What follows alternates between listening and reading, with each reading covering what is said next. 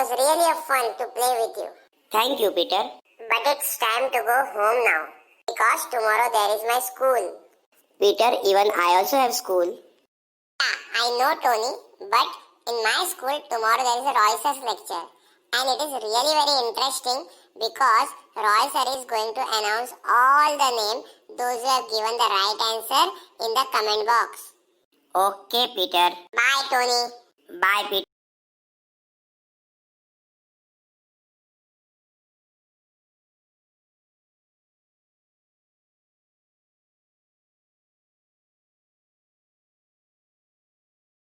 Good morning, sir. Very good morning, all of you. Have your seat. Sir Roy, today you are going to continue the circle lesson. Yes, Sam. But sir, you're supposed to announce all the name of the winner, those who have commented the right answer in the comment box. I know, Peter, but I'll announce all the name when the lecture will end. And sir, today also you will ask some question? Yes, today also I'll ask a question, and those who will comment the right answer in the comment box, I will announce the name in the next video. Okay, sir. But yes, don't forget to write your name below the answer. Let's start the lecture without wasting the time.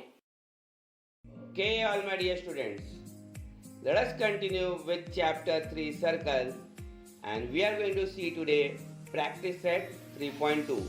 If you are new, subscribe to our channel. आप हमें Instagram पे भी follow कर सकते हैं, the navigator Roy पे, जहाँ पे मैं आपको हर क्वेश्चन के आंसर दूंगा. Okay, so let us read the question. Question यहाँ पे है, two circle having radius 3.5 centimetre and 4.8 centimetre touch each other internally. Find the distance between their centre. आपको सेंटर के बिटवीन का डिस्टेंस बताना है. Let us check it out. यहाँ पे जो दो सर्कल है, एक 4.8 सेंटीमीटर का है, ऑब्वियसली वो बड़ा होगा, एंड दूसरा जो है वो 3.5 सेंटीमीटर, वो थोड़ा छोटा होगा. बट वो उसको इंटरनली टच करेंगे तो उसको इंटरनली टच करा लेते हैं कुछ इस तरह से. And now we have to find the distance between the radius. यहाँ पे एक रेडियस है PQ जो छोटे वाले का है, एंड दूसरा रेडियस है PR जो बड़े वाले का है. ओके, मैं छोटे वाले के रेडियस को QR भी ले सकता हूँ. आइदर रेडियस कोई भी हो सकता है, PQ या QR. छोटे वाले का दोनों भी रेडियस है. Now let us start. Suppose two circle having center P and Q touching each other internally at point R. तो यहाँ पे बोला ये इंटरनली कहाँ पे टच कर रहा है. आप कंफ्यूज मत होना, दोनों इंटरनली पॉइंट R पे एक दूसरे को टच कर रहे हैं. ओके, नाउ यहाँ पे हमको डिस्टेंस चाहिए कि एक्चुअल में हमें चाहिए P से लेके Q तक का. आप दो डॉट के बीच का डिस्टेंस P से Q है, तो आपको P से R का डिस्टेंस पूरी तरह से पता है. Q से R पता है 3.5. आपको वो ग्रीन सेगमेंट जिसको मैंने हाईलाइट किया है PQ को ढूंढना है. ओके, सो हम लोग यहाँ पे कैसे लिखेंगे कि जो जो इन्फॉर्मेशन पता है उसे लिख लेंगे. यहाँ पे QR is equal to 3.5 centimetre, PR is equal to 4.8 centimetre. So here PQ is equal to PR minus QR. Here you can see very easily that PQ is the distance between the two circles from their center. मतलब यहाँ पे PQ जो है ये क्या है, ये दोनों सर्कल के सेंटर के बीच का डिस्टेंस है. तो आप यहाँ पे रीजन लिखोगे कि the distance between the centre of the circle touching internally is equal to the difference in their radius. So यहाँ पे आपको रेडियस के बीच का डिफरेंस, मतलब दोनों रेडियस को एक दूसरे से माइनस करना है, तो आपको सेंटर के बीच का डिस्टेंस पता लग जाएगा. ओके, फाइनली सारे वैल्यूज को लिख लेते हैं. यहाँ पे PR जो है 4.8 सेंटीमीटर है एंड QR जो है 3.5 सेंटीमीटर है. आप लोगों को बहुत अच्छे से पता है 4.8 माइनस 3.5 क्या होगा, 1.3 सेंटीमीटर. एंड इसे फाइनली हम हाईलाइट करके आंसर को लिख देंगे कि the distance between the centre is 1.3 centimetre. I hope आप लोगों को समझ में आया होगा. मैंने आपको बताया कि अगर आपको किसी भी तरह का डाउट है आप मुझे इंस्टाग्राम पे फॉलो कर सकते हैं, वहाँ पे आप मुझे सारे डाउट पूछ सकते हैं. Okay, let us move to the next sum. Almost same. The only difference is on the first sum we saw that both the circle was touching internally. In this sum we will see the distance between the center but both the circle are touching externally. Let us read the question.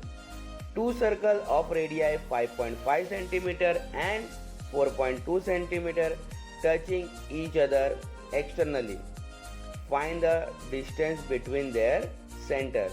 यहाँ पे दो circle है, दोनों एक दूसरे को externally touch कर रहे हैं, जिनका रेडियस का मेजर दिया हुआ है. आपको दोनों के सेंटर के बीच का डिस्टेंस फाइंड करना है.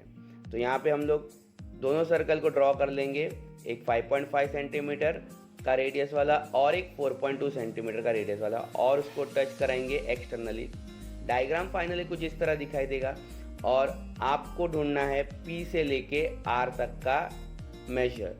ओके, यहाँ पे मैं बता दूं कि पी क्यू जो है वो बड़े वाले सर्कल का रेडियस है एंड क्यू आर जो है वो छोटे वाले सर्कल का रेडियस है. तो इसे हम लिख लेंगे यहाँ पे. Suppose two circle having centre P and R touching each other externally at point Q. अगर ये इस तरह से है तो मैं इसे काफ़ी आसान भाषा में इस तरह लिख सकता हूँ कि here P Q is equal to 5.5 centimetre and Q R is equal to 4.2 centimetre. और अगर ये सारे कंडीशन अप्रूव्ड है तो मुझे यहाँ पे जो रेड कलर से हाईलाइट हो रहा है वो बड़े वाले सर्कल का रेडियस है 5.5 सेंटीमीटर एंड अगला जो रेड कलर से हाईलाइट हुआ है वो है छोटे वाले सर्कल का रेडियस दैट इज 4.2 सेंटीमीटर. और टोटल डिस्टेंस पी आर जो मैंने ऊपर ग्रीन कलर से हाईलाइट किया है ये आपको फाइंड आउट करके बताना है. So P R is equal to क्या होगा, P Q plus Q R. और जैसे कि मैंने बताया था ये सर्कल ने एक्सटर्नली एक दूसरे को टच किया है, तो यहाँ पे रीज़न थोड़ा सा चेंज हो जाएगा.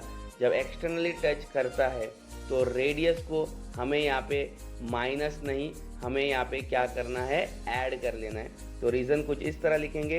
The distance between the centre of the circle touching externally is equal to the sum of their radii. Okay, now आपको सिर्फ क्या करना है, दोनों रेडियस को ऐड करना है तो आपको सेंटर के बीच का डिस्टेंस पता चल जाएगा. So what is P Q? P Q is 5.5. What is Q R? Q R is 4.2. जैसे ही आप दोनों को ऐड करेंगे आपको मिलेगा आंसर 9.7 सेंटीमीटर. एंड फाइनली इसको आप हाईलाइट करके लिख दोगे कि the distance between the centre of the circle is 9.7 centimetre. Hope आपको ये सम बहुत इजीली समझ में आया होगा. If you still have any doubt you can drop your doubt on the comment box. Also you can ask the question on my Instagram account too. Okay, let us move to the question number 3rd of this practice set, that is 3.2. Now here you required all the instrument because we need to draw the diagram over here. So हम लोग start करेंगे हमारे question से. Question कुछ इस तरह से, if radii of two circle are 4 centimeter and 2.8 centimeter, draw the figure of this circle touching each other externally and internally. Means आपको यहाँ पे दो डायग्राम बनाना है. एक में सर्कल एक्सटर्नली टच होंगे जो बाहर से होंगे टच, और एक इंटरनली टच होगा मीन्स अंदर से टच होंगे. सो यहाँ पे पहला डायग्राम जो हम लोग चेक करेंगे वो है सर्कल टचिंग एक्सटर्नली, जो बाहर से टच होंगे एक दूसरे से. सो यहाँ पे हम लोग क्या करेंगे, पहले जो है सेंटर डिसाइड करेंगे. सबसे पहले आपको सेंटर डिसाइड करना है और फिर 4 सेंटीमीटर का राउंडर से आपको मेजर लेना है एंड सेंटर पे पॉइंटर रख के आपको एक 4 सेंटीमीटर रेडियाई का सर्कल ड्रॉ कर लेना है. इतना होने के बाद आप उसके रेडियस को हाईलाइट कर दोगे, जहाँ पे आप लिख दोगे 4 सेंटीमीटर. आप सेंटर को एक नाम दे दोगे, for example P, I had given the name P over here. फिर आपका ये बन जाएगा पहला रेडियस। आप रेडियस को थोड़ा एक्सटेंड करोगे, आप उसका मेजर कितना भी एक्सटेंड कर सकते हो, बट इतना करना कि वो पेज के बाहर ना जाए, बस यही है।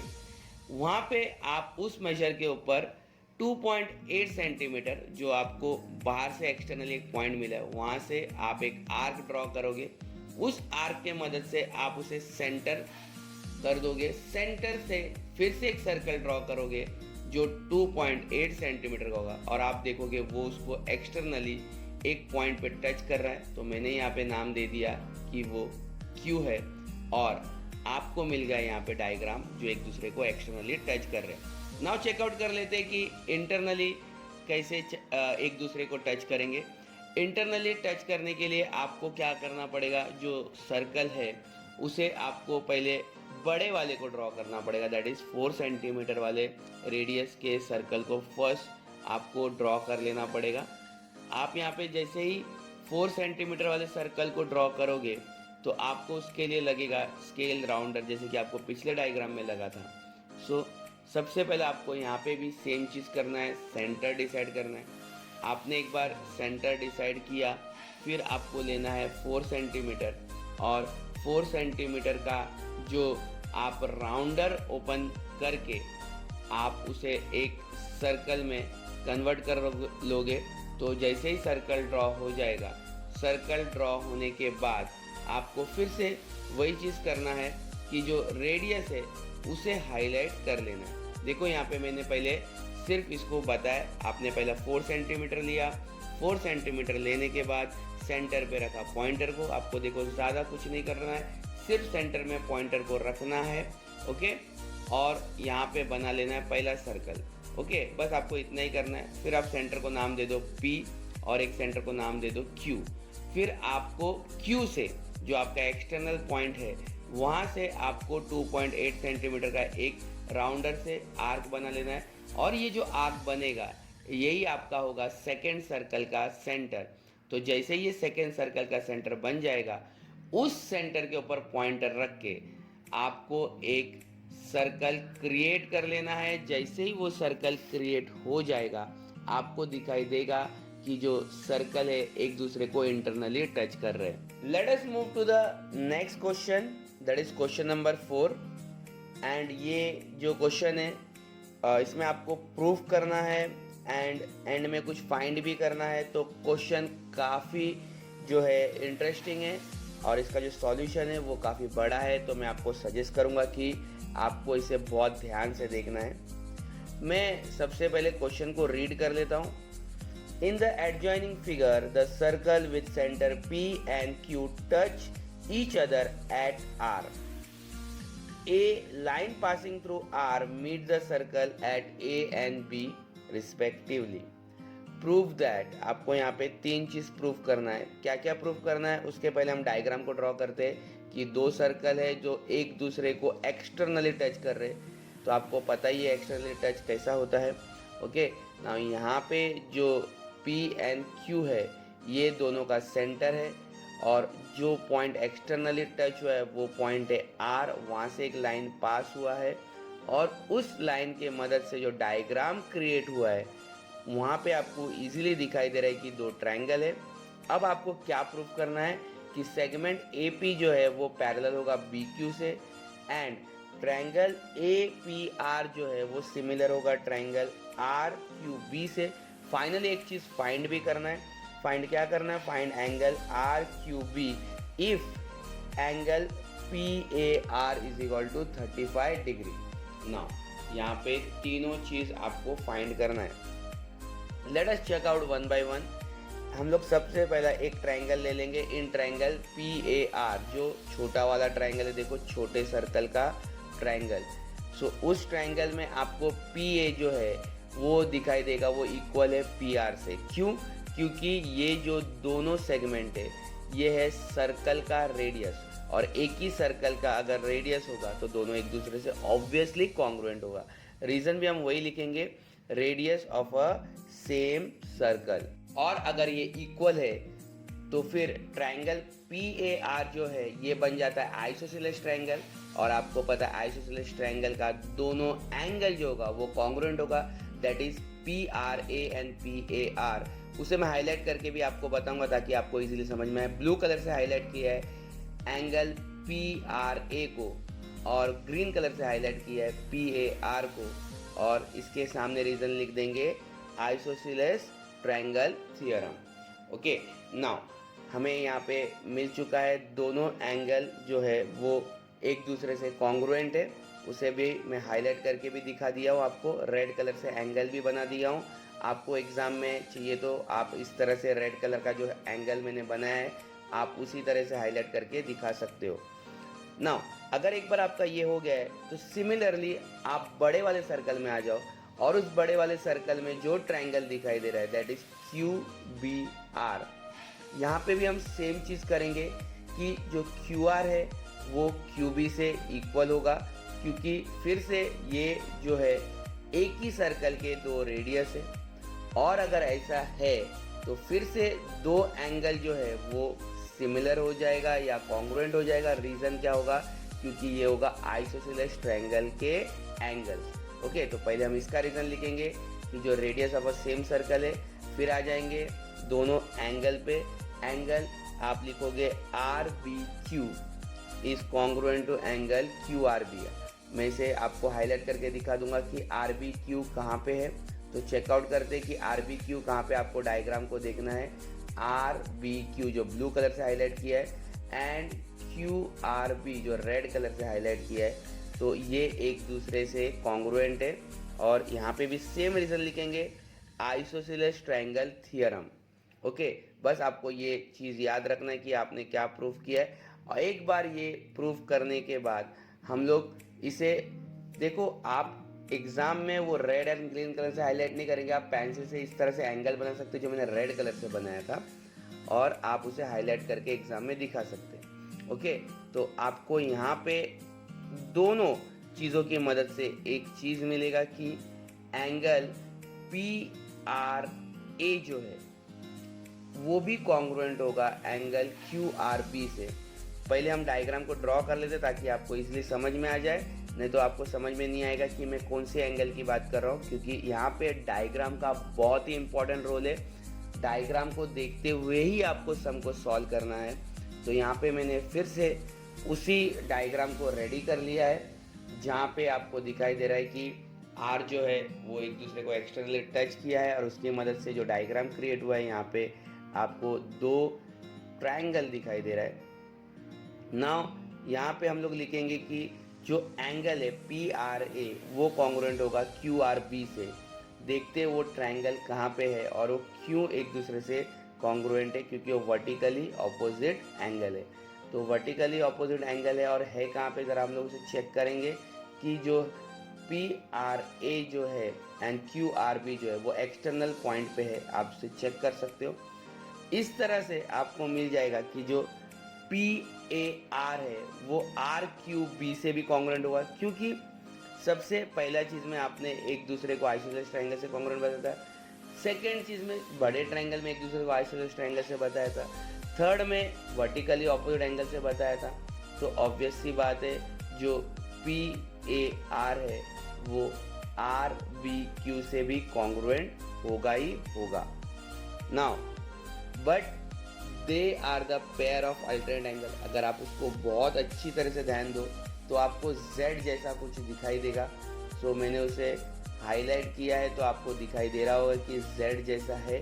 सो फिर आपको खाली इतना ही बता देना है कि अगर ये अल्टरनेट एंगल जैसा है और AB जो है वो ट्रांसवर्सल का काम कर रहा है, अगर वो ट्रांसवर्सल का काम कर रहा है तो AP जो होगा वो BQ से ऑब्वियसली पैरेलली होगा।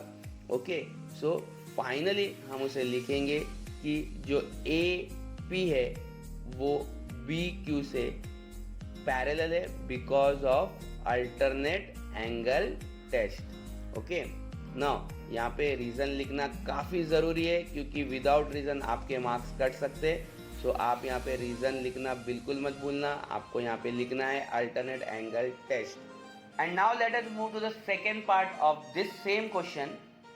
यहाँ पे हमें प्रूव करना है triangle APR similar to triangle RQB। मैं आपको बता दूं, अगर कोई ट्राइंगल को किसी ट्राइंगल से सिमिलर प्रूव करना है तो आपको कोई टेस्ट के थ्रू से प्रूव करना होगा। हो सकता है वो SAS टेस्ट हो सकता है वो SSH टेस्ट हो सकता है वो AA टेस्ट हो। इस सम में हम AA टेस्ट के थ्रू प्रूव करेंगे। मैंने ट्रायंगल को सर्कल से अलग कर लिया ताकि आपको वो दो ट्रायंगल इजीली दिखाई दे। यहाँ पे पहला ट्रायंगल बन चुका है APR और दूसरा यहाँ पे ट्रायंगल है RQB जो आपको दिखाई दे रहा है। ओके, नाउ यहाँ पे सबसे पहला ट्रायंगल में हम देखेंगे कि जो दो एंगल कॉन्ग्रुएंट है वो है एंगल PRA। आपको एंगल की तरफ देखना है। PRA is congruent to angle QRB, क्योंकि ये दोनों वर्टिकली ऑपोजिट एंगल है। मैंने ग्रीन कलर से भी हाईलाइट किया है। आप लोगों को सम को इजीली समझना है तो जैसे ही मैं सेंटेंस रीड करता हूँ आपको डायग्राम की तरफ देखना ही देखना है। नेक्स्ट एंगल देखते हैं कि कौन किससे कॉन्ग्रुएंट होगा। नेक्स्ट एंगल है जो आपने अभी अभी प्रूव किया, जैसे कि APR congruent to angle RQB। जैसे कि APR जो है वो RQB से कॉन्ग्रुएंट होगा, क्योंकि अल्टरनेट एंगल आपने थोड़ी देर पहले ऊपर ही देखा था, इसलिए मैंने उसे ऊपर हाईलाइट किया है, क्योंकि ये है अल्टरनेट एंगल। आपको Z जैसा दिखाई भी दे रहा होगा। ओके, नाउ आपने एक बार इसे प्रूव कर दिया कि ये दोनों एंगल कॉन्ग्रुएंट है, तो बाय AA टेस्ट हम बोल सकते हैं कि ट्रायंगल APR जो है वो सिमिलर हो जाएगा ट्रायंगल RQB से। सिंपली हम उसे लिख लेंगे, therefore triangle APR similar to triangle RQB। Let's move on to the next part, that is third part of the same question, that is question number 4. Okay, next part में हमें कुछ proof नहीं करना है, हमें फाइंड करना है।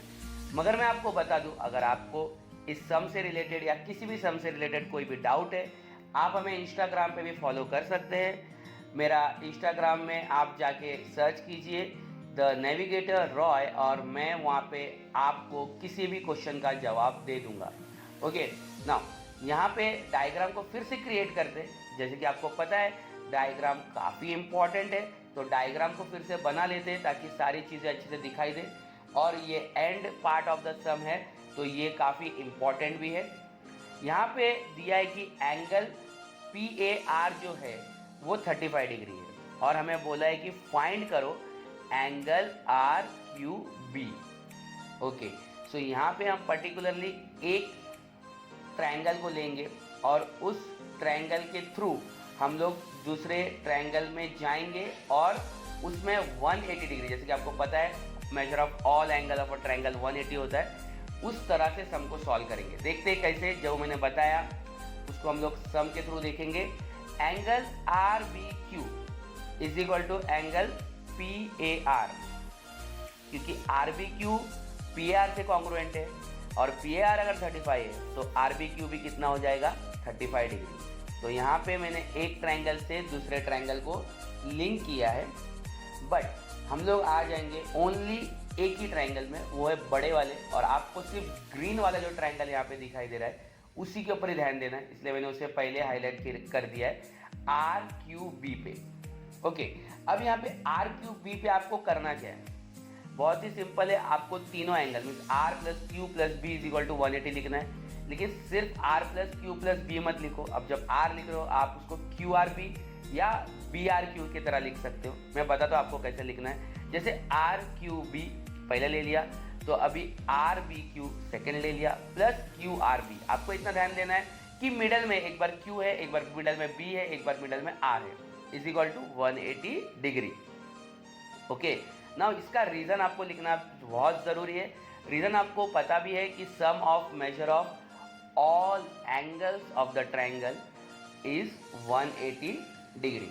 Okay, now यहाँ पे आपने रीज़न लिख दिया। अब आपको लिखना है आपको क्या क्या चीज़ पता है, जैसे RQB प्लस RBQ प्लस फिर से मैं RBQ लिख सकता हूँ क्योंकि QRB है ना, जो क्यू आर बी है उसके बदले भी मैं आर बी क्यू लिख सकता हूँ, क्योंकि दोनों एक दूसरे से क्या है, कॉन्ग्रुएंट है। Now R Q B plus 2 R B Q is equal to 180 degree.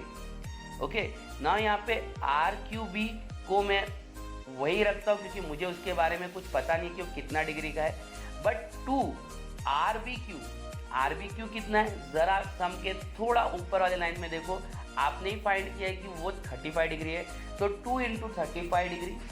Okay, और 2 इंटू 35 क्या होता है, 70 डिग्री। तो हम फाइनल लिखेंगे angle R Q B plus 70 degree is equal to 180 degree.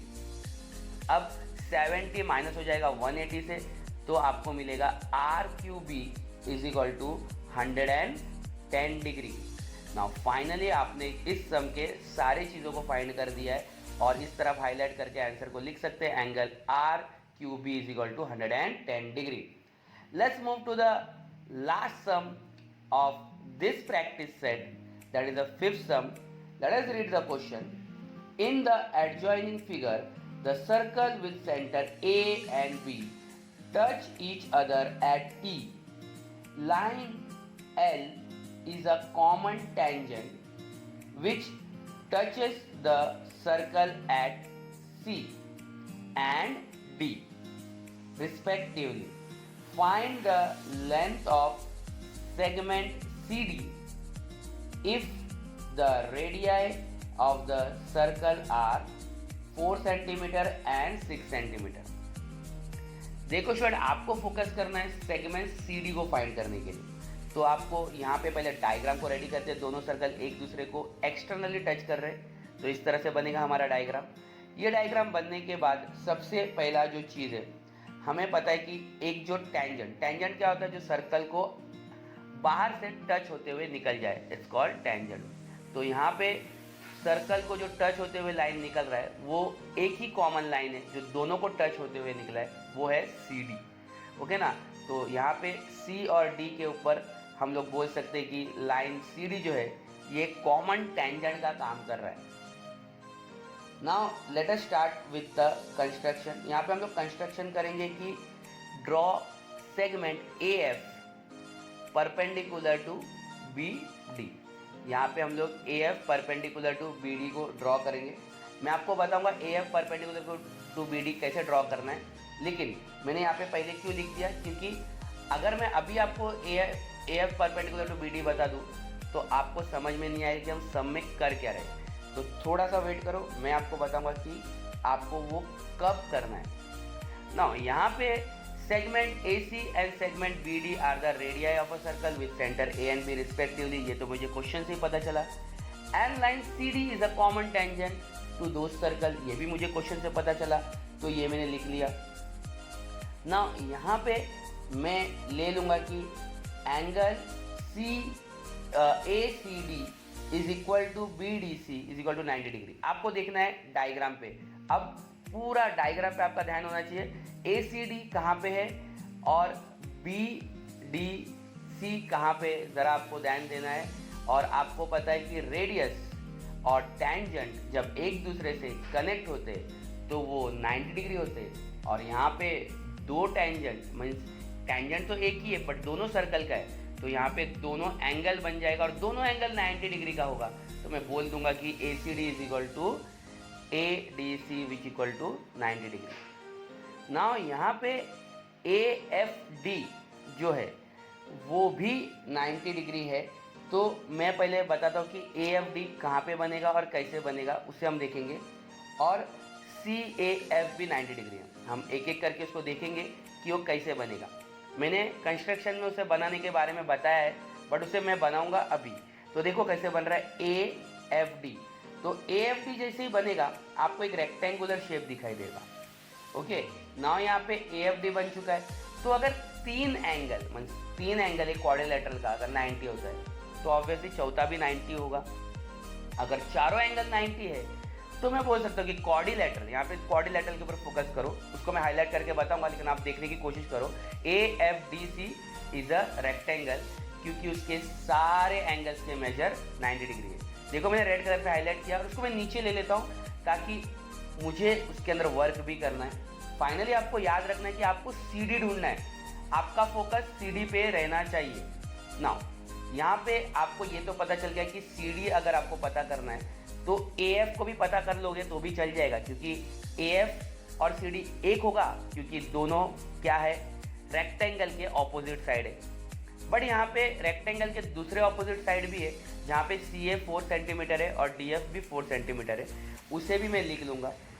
Now यहाँ पे एक और चीज़ कर सकते हैं हमको जो DF है वो तो 4 सेंटीमीटर पता है, और FD जो है, देखो मैंने रेड कलर के एक लाइन बनाया, FD जो है वो मुझे पता होना चाहिए कि 2 सेंटीमीटर है। क्यों?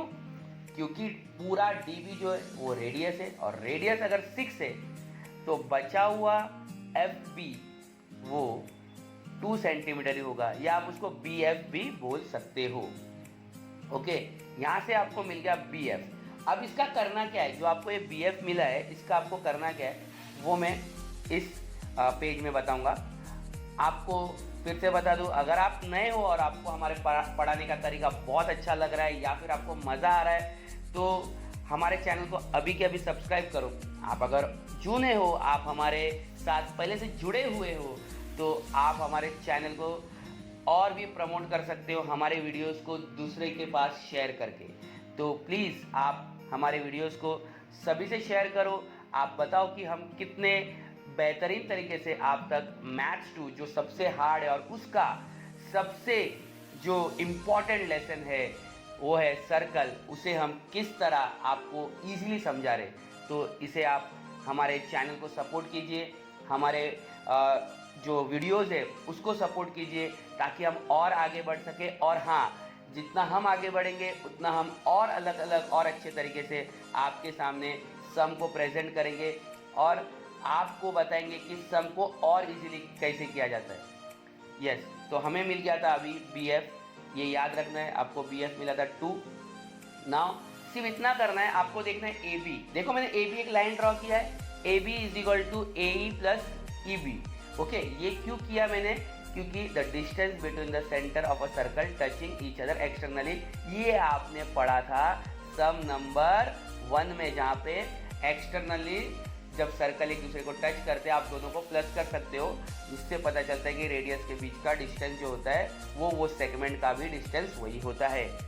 ओके, ना यहाँ पे आपने AB, फाइनली आपको सिर्फ इतना ही फोकस करना है, आपको AB अगर फाइंड करना है तो दोनों रेडियस को प्लस कर दो, AE that is 4 and EB that is 6। आपने 4 और 6 को प्लस कर दिया, आपको मिल गया 10। अभी दिमाग में ध्यान दो, दिमाग में इस बात को बराबर से उतार दो कि आपको BF मिला था 2, AB मिला था 10, और आपको दिखाई दे रहा है कि ट्रायंगल AFB 90 डिग्री है। तो यहाँ पे आप पाइथागोरस थ्योरम अप्लाई कर सकते हो। आपको बस पाइथागोरस थ्योरम अप्लाई करना है तो आपको मिल जाएगा AF। एक बार AF मिल गया तो आपको पता है वो तो ऑपोजिट साइड है रेक्टेंगल का, तो CD में मिल जाएगा। तो आ जाते हैं हमारे ट्रायंगल AFB में, जहाँ पे एंगल AFB 90 डिग्री है। मैं उसे ग्रीन कलर से हाईलाइट कर देता हूँ, उसको थोड़ा सा अलग करके निकाल देता हूँ ताकि आपको और इजीली दिखाई दे कि हम कौन से ट्रायंगल में काम कर रहे हैं।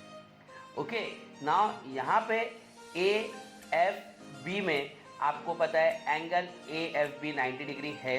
ओके, तो यहाँ पे हम लोग क्या करेंगे, यहाँ पे हम लोग ले लेंगे कि AB जो कि हाइपोटेन्यूज है ना, हाइपोटेन्यूज 90 के सामने वाला side is equal to one side square that is AF square plus BF square. तो आपको हाइपोटेन्यूज साइड पता है, लेकिन दो अदर साइड में से एक साइड नहीं पता है। ये आप यहाँ पे रीजन लिखना ना भूले, Pythagoras theorem. AB square that is 10 square, AF square आपको पता नहीं है, and BF square that is 2 square. Finally AF square को अगर ढूंढना है आपको करना पड़ेगा 10 square minus 2 square that is 100 minus 4, है ना, क्योंकि 10 का स्क्वायर 100 होता है, 2 का स्क्वायर 4 होता है। तो आप AF क्या लिख दोगे, AF square is equal to 96। AF square 96 मिला है, अभी तक आपको AF नहीं मिला है, तो AF ढूंढने के लिए आप क्या कर दोगे, दोनों बाजू रूट, तो AF हो जाएगा root of 96। And root of 96 क्या होता है, रूट ऑफ 96 होता है 4 रूट 6। अगर आपको एलसीएम मेथड पता है तो आप इसको साइड में, रफ साइड में सॉल्व करके पता लगा सकते। इजीली आपको पता चल जाएगा कि रूट ऑफ 96 होता है। आप 16 इंटू 6 बोल सकते है ना, तो हो जाएगा आपको 16 का जो रूट होता है वो होता है 4, दैट इज 4 एंड अंदर बच गया अकेला रूट 6, तो 4 रूट 6। ओके ना, आप इसको रफली सॉल्व कर सकते हो, आप इसको चेक कर सकते हो कि 4 रूट 6 आ रहा है कि नहीं। आप यहाँ पे आपको क्या मिला, AF मिला, लेकिन मैंने आपको बताया था कि अगर आपको AF भी मिल जाता है तो आपको CD भी मिल ही जाता है, क्योंकि वो है ऑपोजिट साइड ऑफ रेक्टेंगल। तो यहाँ पे आप बोल दोगे कि CD is equal to AF, that is opposite side of rectangle, therefore CD is equal to 4 root 6 centimetre. Diagram के थ्रू भी चेक करा देता हूँ मैं आप लोगों को, ताकि आप लोगों को याद आ जाए कि ऊपर वाला जो डायग्राम है वो रेक्टेंगल था, AF आपको मिला है 4 रूट 6, तो CD भी उतना ही होगा। होप आपको यहाँ तक सभी चीज़ अच्छे से समझ में आ गई होगी। हाँ, अगर हमें आप कुछ भी सजेस्ट करना चाहते हैं तो आप हमें कमेंट करके बता सकते हैं। हम अभी चले जाएंगे हमारे क्वेश्चन राउंड में, क्योंकि हम पूछने वाले इस वीडियो से रिलेटेड एक question. Sir Roy, today's lecture was very interesting. But now it's time to ask the question and announce the winner name. Okay, let me ask today's question. Now listen the question carefully. Today in sum number 4, sub question number 3, what was the measure of angle RQB? I know the answer.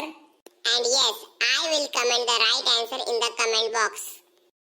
And now it's time to announce the winner name, those who have commented the right answer in the comment box in the previous lecture. And the names are Diksha, Riddhi, Harsh, Sachin, Husna, Anshu, Adarsh, Praful, Aman, Suraj, Aarti, Brijesh, Vruddhi and Muskan.